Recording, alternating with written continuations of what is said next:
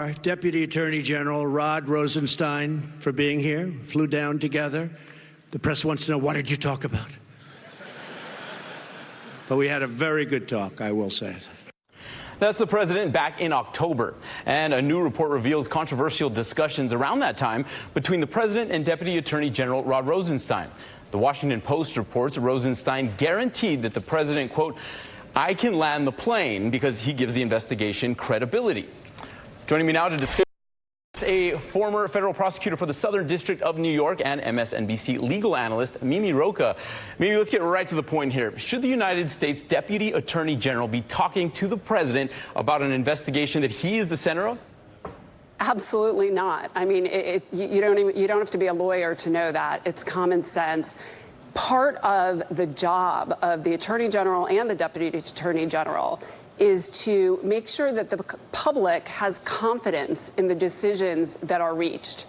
And by doing this, at the time, many of us said this smacked of a loyalty test. Rosenstein was fearing for his job. He's summoned on this plane with Trump. It reminded me of many of the organized crime cases that I prosecuted, where the mob boss summons an underling to make sure that he's still within his circle of loyalty.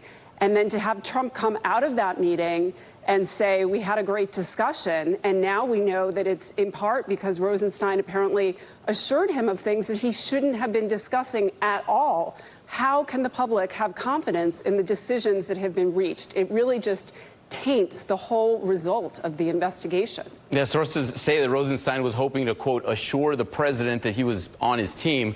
Are there rules against this? Was he pledging his loyalty to a subject of an investigation? Well, I mean, there's no sort of written rule. I think that as a matter of policy and common sense, frankly, no prosecutor or someone in charge of an investigation would or should talk about it with the subject. You know, his informing Trump that he wasn't a target, I think he could technically explain that that was true because Trump could not be indicted. And so technically he was not a target. But phrases like, I can land the plane and I give credibility, you know, it just looks like he was begging to keep his job.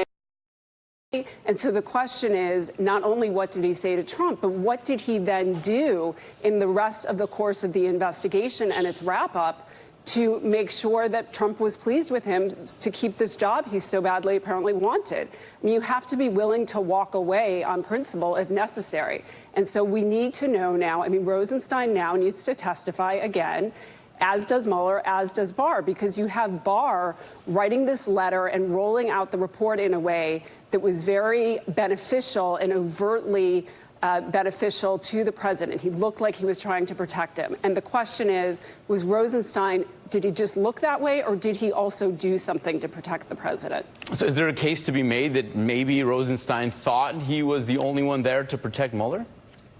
You know, I and others definitely thought that throughout the course of this investigation, that understandably Rosenstein was walking this very thin line of trying to keep his job and make sure the investigation was finished. And that's a hard line to walk. And so many of us defended him on that basis. But when you see him sign on to that overtly partial letter that Barr wrote to Trump, which I just simply cannot be explained based on the facts that are actually in the Mueller report. When you see him stand behind Barr and misrepresent what Mueller said, and then you hear about these conversations, it's really hard to keep giving Rosenstein the benefit of the doubt. And on Thursday, Rosenstein tied the president in with the rule of law, and he talked about the DOJ's responsibilities. Let's listen to that. Use the term rule of law to describe our obligation to follow neutral principles. As the president pointed out in his Law Day remarks last year, we govern ourselves in accordance with the rule of law rather than the whims of an elite few or the dictates of collective will. It's not our job to render conclusive factual findings. We just decide whether it's appropriate to file criminal charges. What do you make of those comments? Because the president tried to get the deputy attorney general to lie about Comey's firings. Do those comments make any sense to you? No, when I saw that line in the speech, which I read last night, my jaw dropped. I mean, the idea that Rosenstein, who I've heard and read speeches of his before on the rule of law, and they always actually ring very true with me as someone who has been part of the Department of Justice and has heard many speeches like that and really believes in those sentiments. But to hear him invoke Donald Trump's name, I don't care what line Trump read at some speech. This is a man who has just tried to run over the Department of Justice, insulted law enforcement repeatedly, and as we know, tried to interfere with a lawful investigation. So the idea that he invokes Trump for that is just baffling. I don't know any other word for it. Maybe